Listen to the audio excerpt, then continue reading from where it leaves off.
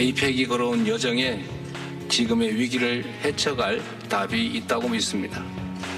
협력과 연대만이 우리를 더 나은 미래로 이끄는 확실한 해답입니다.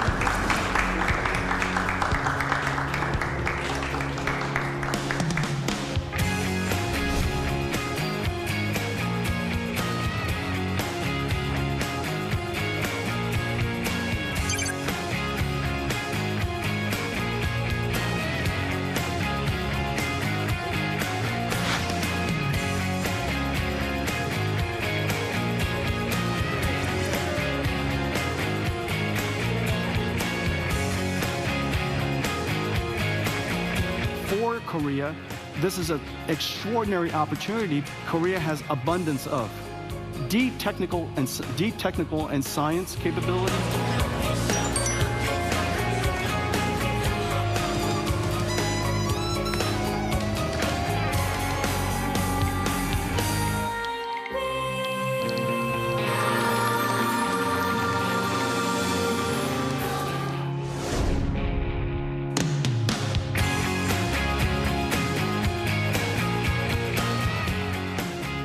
네, 전 세계인의 관심이 집중됐던 경주 에이펙 정상회의가 막을 내렸습니다. 한미 관세 협상 타결, 또 세계의 단판으로 불리는 미중 정상회담, 그리고 한중 정상회담까지 그야말로 외교 총력전이 펼쳐진 한 주였는데요.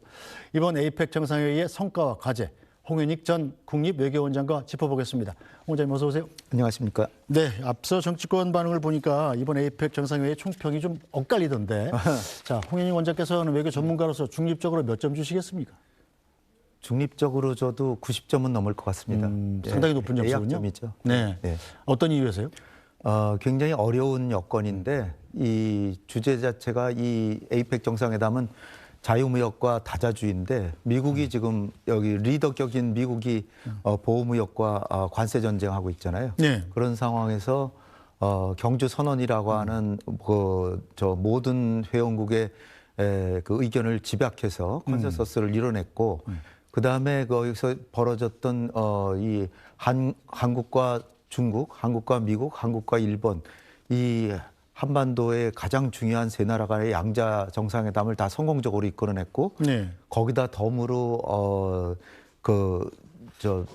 젠슨 황으로부터 네. 엄청난 26만 장의 GPU인가요? GPU, 네. 예. GPU, 예. GPU를 얻어냈기 때문에 이거는 이제 미래 먹거리까지 챙기고 그래서 정상회담을 성공하고 이 다자회의를 성공해서 한국의 외교력을 입증했고 실용 외교가 역시 좋은 외교구나라는 걸 보여줬다라고 봅니다. 네, 90점도 좀 짜게 주신 거군요, 그러니까. 그렇죠. 네. 뭐 거의 뭐 아주 정말 그 여건에 비하면 네. 최상의 효과다. 네. 자, 에이펙 정상회의 끝에 이게 경주 선언이 나오냐, 안 나오느냐가 네. 굉장히 큰 관심사였는데 다행히 나오긴 했습니다만 이 자유무역을 상징하는 문구가 빠진 건 좀 아쉬운 점으로 지적되더군요. 네. 트럼프 대통령이 최종까지 있었어도 나왔을 것 같아요. 왜냐하면은 우리가 이제 그 열과 성의를 다해서 노력을 하고 밤을 새워서 마지막 날까지 이 문구를 작성도 했지만 네.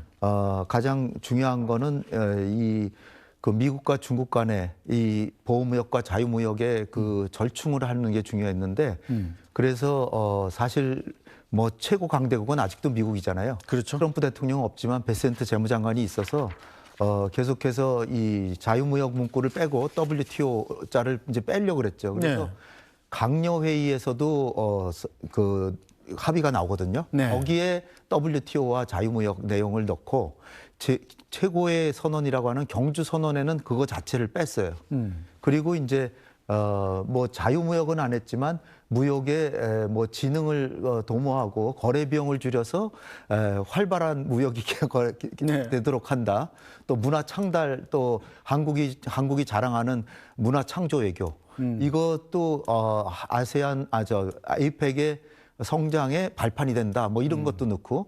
그래서 이 경주 선언을 도출한 것이 한국의 외교적 지도력을 보여줬다. 그래서 높은 점수를 받고 있습니다. 알겠습니다. 자, 에이펙 정상회의 폐막 이후에 열린 한중 정상회담에서 한중 정상은 협력 강화를 약속했고 대통령실은 한중 관계를 전면 회복했다고 밝혔습니다. 자, 한중 정상회담에서 가장 눈길을 끈 장면이 있었습니다. 잠깐 보시죠. 是韩国的产品， 핸드폰입니다. 这个曲面是韩国的产品。 디스플레이는 한국 제품입니다. 샤오미. 샤오미. 통신보안은 잘 됩니까? 这个通信保安怎么样啊？非常好，你看看有没有后门。 뒷문 있는 점 확인해 보십시오. 차치 지금 미국이 그 중국의 전자제품을 통해서 백도어로 정보를 빼낸다. 네. 이런 의심들을 많이 하고 있잖아요. 네. 이 과정에서 굉장히 민감할 수 있는 외교적 농담이었는데 네. 의외로 시진핑 주석이 그 농담을 더 받아쳤어요. 네, 그러니까 과거에 트럼프 일기 때부터 중국의 화웨이 제품이 네. 백도어를 통해서 우리가 알게 모르게 네. 정보를 빼간다 그러는데 사실은 제가 알기로는 2차 대전 이전부터 네. 미국이 스위스에 있는 모 회사, 엄청난 회사를 통해서 네. 전 세계의 통신 정보를 다 빼갔었거든요. 예. 그러니까 미국이 해봐서 아는 거죠. 백도어라는 게 이게 아무도 들키지 않게 할 수 있다는 걸 아는 거예요. 그래서 이제 화웨이가 그런 짓을 한다라고 완전히 중국 나쁜 나라라고 만들었는데 혐의를 두고 있는 거죠. 네, 사실 예. 미국은 2차 대전부터 계속 해왔던 건데 그런 상황에서 최근엔 또 엔비디아 제품이 또 뭐 그런 게 백도어 할지 모른다 또 그래서 시진핑 주석도 이거를 중립적인 용어로 사용할 수 있을 만한데 어쨌든 간에 이게 시진핑 주석이 이재명 대통령과의 격이 없는 이렇게 신뢰가 쌓였기 때문에 이런 농담이 가능하지. 그렇지 않았으면 신뢰가 되는 농담이죠. 굉장히 서먹서먹한 사이에서 네. 신뢰가 되는 농담인데 이거를 웃으면서 받아줬기 때문에 이 두 분이 굉장히 가까워졌구나 그걸 느낄 수 있는 거죠. 저 대화는 미리 좀 조율한 걸까요? 아니면 애드립일까요? 설마. 아니 근데 저 시진핑 주석이 저 농담을 받아치는 게 네. 되게 절묘했어요. 그리고 시진핑 주석은 잘 아시다시피 사회주의 지도자는 네. 농담을 잘 안 하지 않습니까? 근데 강한 염의 호모 이렇게 얘기를 하는데 굉장히 자연스럽더라니까요. 혹시 짠 거 아닌가 나 이런 생각도 들었습니다. 그러니까 시진핑 주석의 그 개그 예. 저 유머 감각이 예. A급이라는 얘기죠. 어쨌든 재밌었습니다. 오히려 전 이렇게 조율을 해서 예. 미국한테 보내는 메시지 아닌가 이런 생각도 했습니다. 우리 일본하고 없어. 정상회담 할 때는 예. 한마디 조크가 없었어요.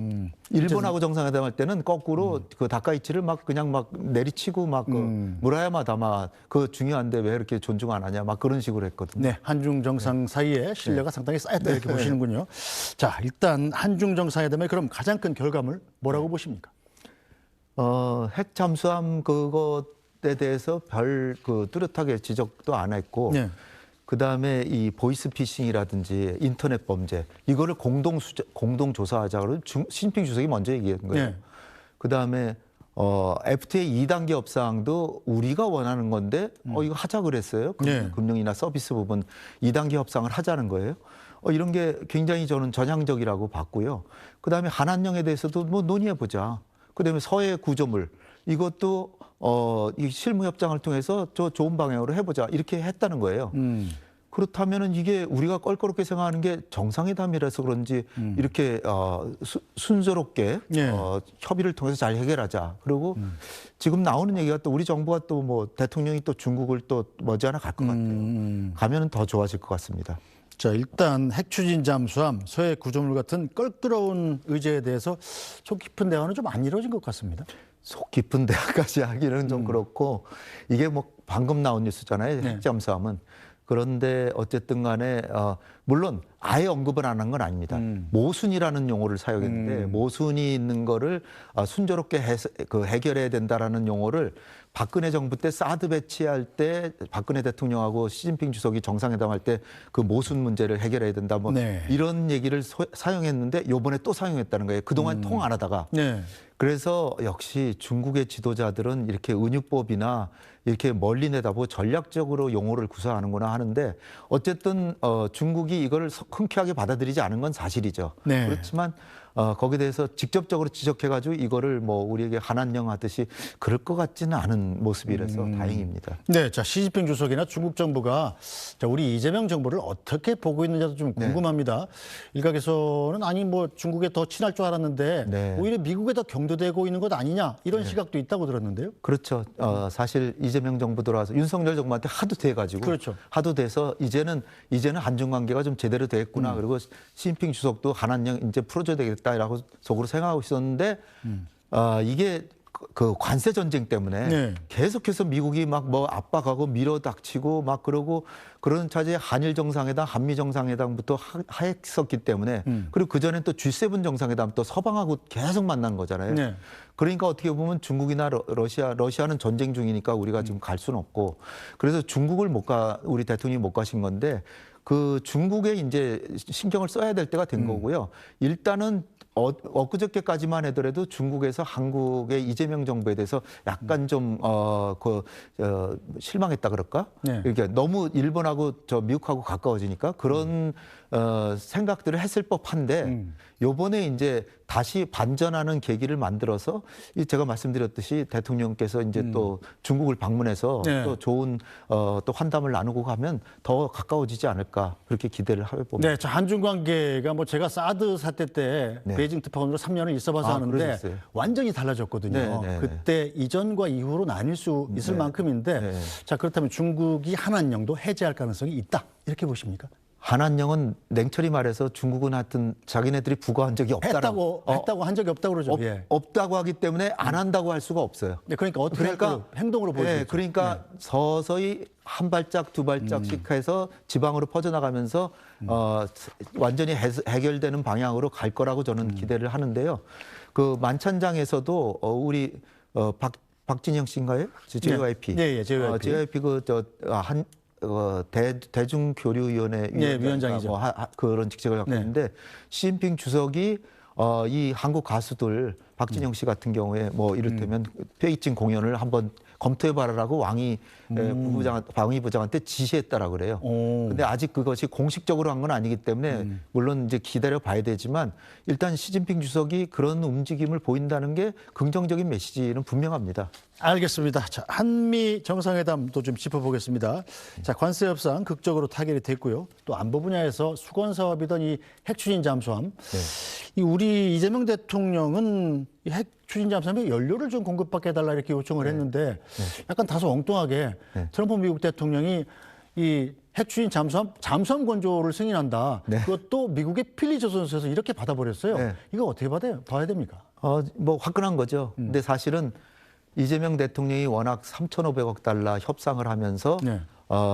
모든 우호적인 마음은 다 태도는 가지면서 그럼에도 불구하고 우리 국민이 동의할 수 없는 합의는 할 수 없다. 우리가 외환위기를 겪어가면서 아무리 우리의 동맹국이지만 그렇게 해서 미국의 요구를 다 받아들일 수는 없다. 그래서 시간을 가지고 시간에 구애되지 말고 요번에 에이펙 정상회담이 아니더라도 더 시간이 걸리더라도 서로가 합의할 수 있는 부분을 합의하자라고 했는데 네. 그것이 이제 트럼프 대통령으로서는 다른 나라들하고도 협상을 해야 되는데 한국하고 계속 안 되니까 나름으로 이제 끝내고 싶었던 거예요. 그러던 차제에 일본에서 이제 한국으로 넘어오기 직전에 우리 산업부 장관이 러트닉 상무장관한테 메시지를 줘서 네. 우리의 최종안이다라고 했는데 그걸 트럼프 대통령이 받은 것 같아요. 그래서 됐는데 어쨌든 간에 3,500억 달러 중에 1,500억 달러는 마스가 프로젝트고 네.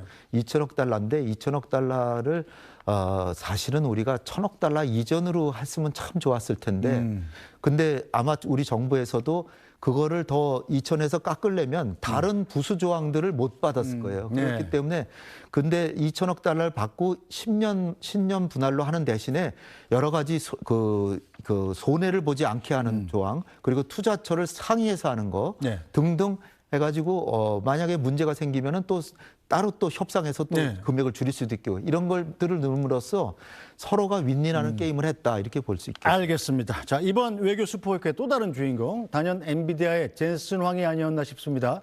이재용 정의선 회장과의 치맥 회동에 이어서 GPU 26만 장을 한국에 우선 공급하겠다 이렇게 밝혔는데요. 계속해서 회자된 이른바 깐부 회동 알고 봤더니 젠슨 황 딸의 기억이었다고 합니다. Thank you, sir. This is my daughter. Nice to meet you. Nice to meet you. Nice to meet you, ma'am. Such a lovely honor. 따님이거든. She's your daughter. Indeed. 사람 믿어지는데 너무 젊으세요. You look too young to have a daughter this old. Not bad, right? She's 34 years old. 우리나라는 그 비밀인데. Is that right? Oh my goodness. I made it up. 어제는 치킨집에서 치킨 드시는 것도 저희가 온 국민이 함께 지켜봤습니다. 더군다나 골든벨까지. And I heard you ring the golden bell as well. This is my Chimek brothers. 생전 처음으로 젠슨이 시켜서 골든벨도 울렸습니다. 저도 그 자리에 있었어야 되는데. All of you heard it here. Mr. President will join us next time. 치킨값을 지금 골든벨을 젠슨왕이 울리고 젠슨왕이 돈을 냈다는 주장도 있었고, 그래서 알고 봤더니 이재용 회장이 냈더라고요. 이재용 회장이 냈다라고 네, 합니다. 부자니까 네가 내라 뭐 이랬다고 그러는 것 같아요. 부자는 자기가 더 부자인데. 훨씬 부자죠. 네. 자, 그런데 엔비디아의 GPU 26만 장 우선 공급. 네. 자, 엔비디아도 기업 아니겠습니까? 네, 네. 뭔가 이 속에 맞으니까 공급하는 건 아니겠어요? 아, 그렇죠. 네. 삼성전자와 하이닉스가 HBM을 공급하니까 그 HBM이 없으면 GPU가 돌아가질 않습니다. 그렇죠. 그러니까 서로가 윈윈하는 게임을 한 거예요. 그래서 자기가 대만 사람인데 사실 대만에 주고 싶었겠죠. 그런데도 불구하고 이 HBM을 만드는 건 삼성전자와 하이닉스니까 거기다 준 거고요. 거기다 이제 그 현대차나 뭐 네이버는 겸사겸사해서 이제 받게 된 건데 네. 중요한 것은 이 GPU라는 게 우리한테 팔면서 생색내면서 파는 거잖아요, 저게. 그렇죠. 이 셀러스 마켓이죠, 쉽게 예, 얘기해서. 그러니까 예. 이게 공급이 수요보다 딸리니까요. 딸리니까. 그런데 이거를 우리가 확보한 건 정말 획기적인 거였고요. 이게 우리가 대통령이 그 유엔 연설하러 갔을 때도 블랙록 회장 만났잖아요. 네. 일경 7천조를 운영하는 회사인데 네. 거기 회장도 한국을 아시아 태평양 지역의 AI 허브로 만들어주겠다. 그렇게 자기 투자하겠다라고 했는데 네. 젠슨왕도 거기 동참한 겁니다. 그래서 젠슨왕은 AI 기술의 속도를 좌우하고 이재명 대통령 얘기가 거기에 방향은 한국이 정한다. 그래서 GPU가 실현되는 현대판 산업혁명을 한국에서 하겠다는 거예요. 그래서 이거는 어떻게 보면은 한국의 차후에 뭐 AI라든지 IT, 그다음에 의료, 로봇, 통신, 또 제조업, 또 자율주행 이런 엄청난 하나하나만 해도 다 엄청난 네. 그 분야들을 다 한국이 앞서 나갈 수 있는 우리가 그 기회를 잡은 셈입니다. 정말 대단히 저는 기쁘고요. 네. 정말 우리가 도약의 발판을 닫았다. 너무 기쁩니다. 알겠습니다. 오늘 말씀 여기까지 듣죠. 홍현익 전 국립외교원장이었습니다. 말씀 잘 들었습니다. 감사합니다. 네, 자, 뉴스 브리핑은 잠시 뒤에 돌아와서 인사드리겠습니다.